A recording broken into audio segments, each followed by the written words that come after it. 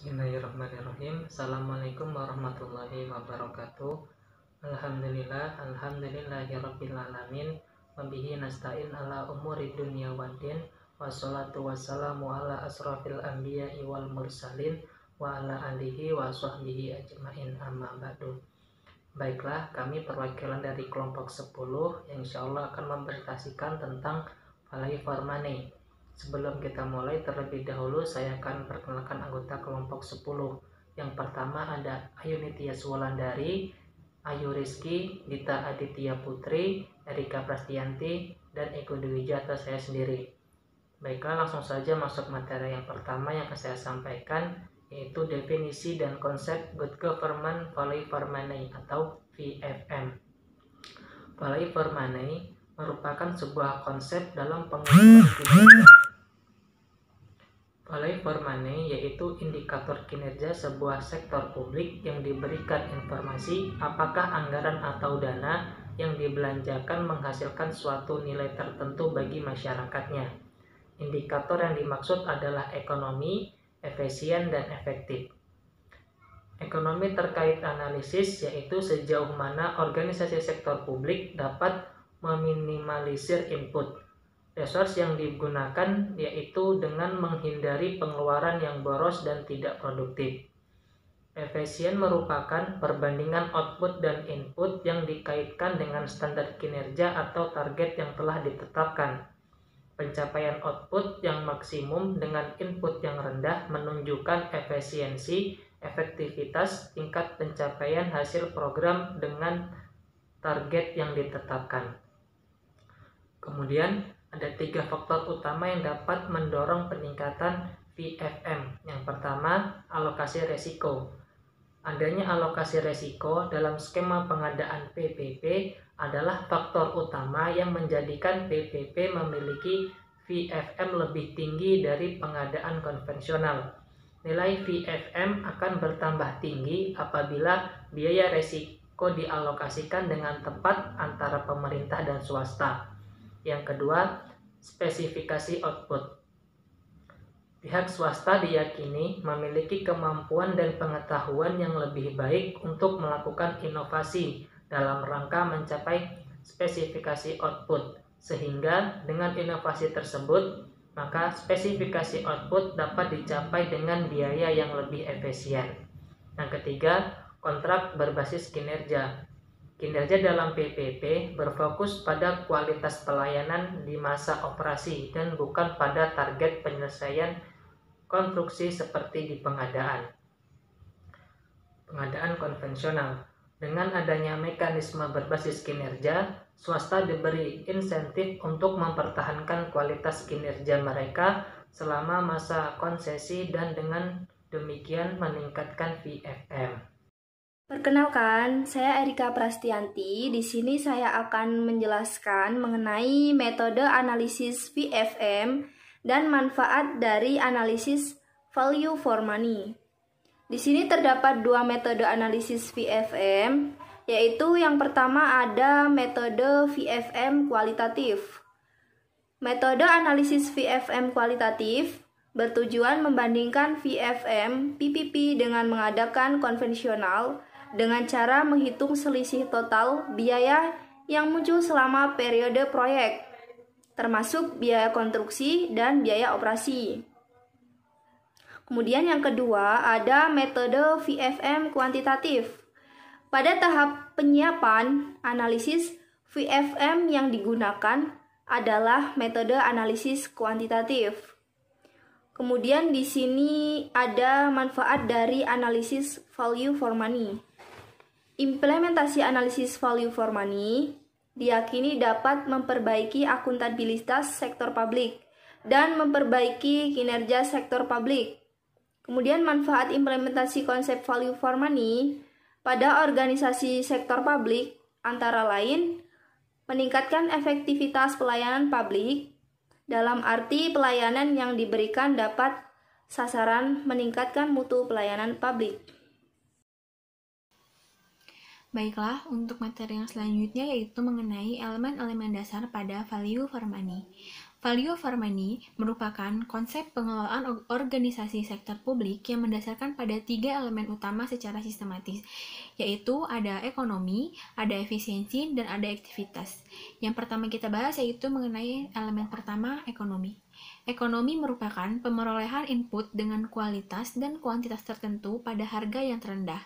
Ekonomi merupakan perbandingan input dengan input value yang dinyatakan dalam satuan moneter.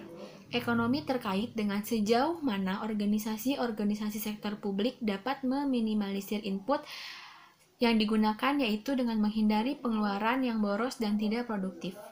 Konsep ekonomi sangat terkait dengan konsep biaya untuk memperoleh unit input. Ekonomi adalah seluruh sumber daya input yang diperoleh dengan harga yang lebih rendah, spending less, yaitu harga yang mendekati harga pasar. Kemudian yang kedua yaitu mengenai elemen efisiensi. Efisiensi merupakan pencapaian output yang memaksimalkan dengan input tertentu atau penggunaan input yang rendah untuk mencapai output tertentu. Efisiensi merupakan perbandingan output atau input yang dikaitkan dengan standar kinerja atau target yang telah ditetapkan oleh suatu organisasi, program, atau kegiatan. Dikatakan efisiensi apabila mampu menghasilkan output tertentu dengan input serendah-rendahnya atau dengan input tertentu mampu menghasilkan output sebesar-besarnya, atau spending well. Konsep efisiensi merupakan konsep yang bersifat relatif atau tidak absolut. Kemudian yang ketiga ada elemen efektivitas. Efektivitas merupakan tingkat pencapaian hasil program dengan target yang ditetapkan.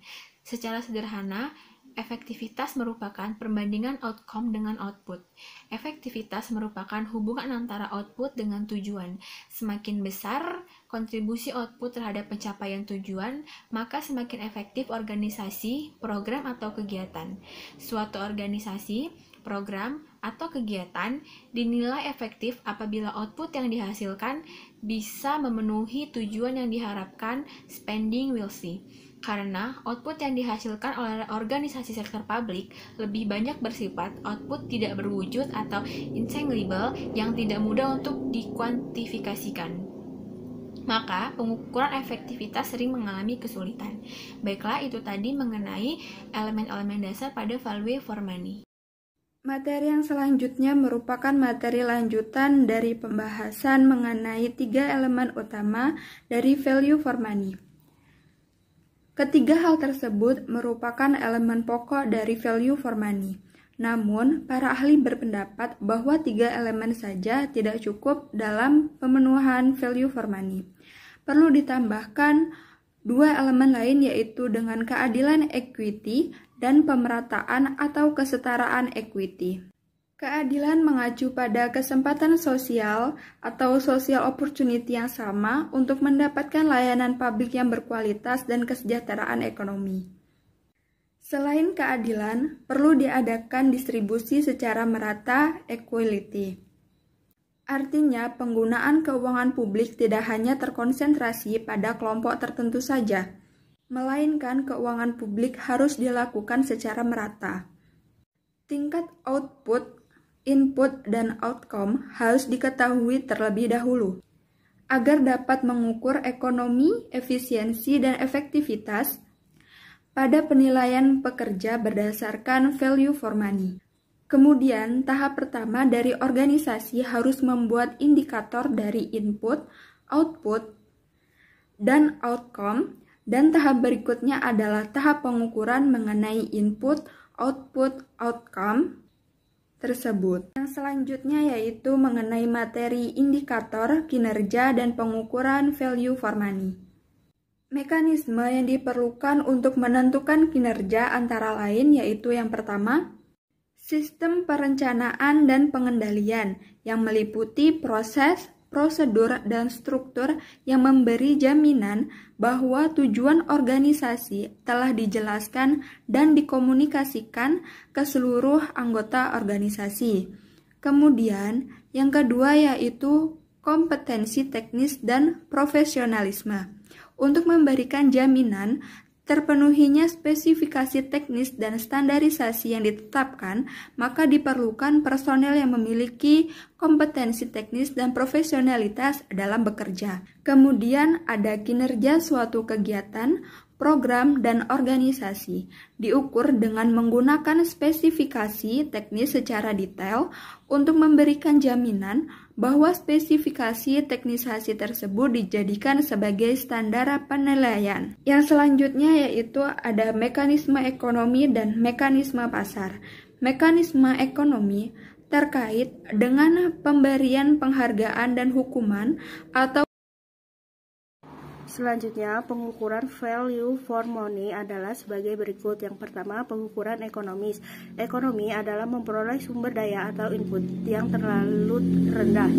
Ekonomi merupakan perbandingan input dengan output value yang dinyatakan dalam satuan moneter. Ekonomi terkait dengan organisasi sektor publik meminimalisir input yang ratio dengan menghindari pengukuran yang boros dan tidak produktif. Pengukuran efisien memperhatikan kekurangan yang didapat, sedangkan pengukuran ekonomi hanya memperhatikan masukan yang dipergunakan ekonomi untuk merupakan ukuran relatif.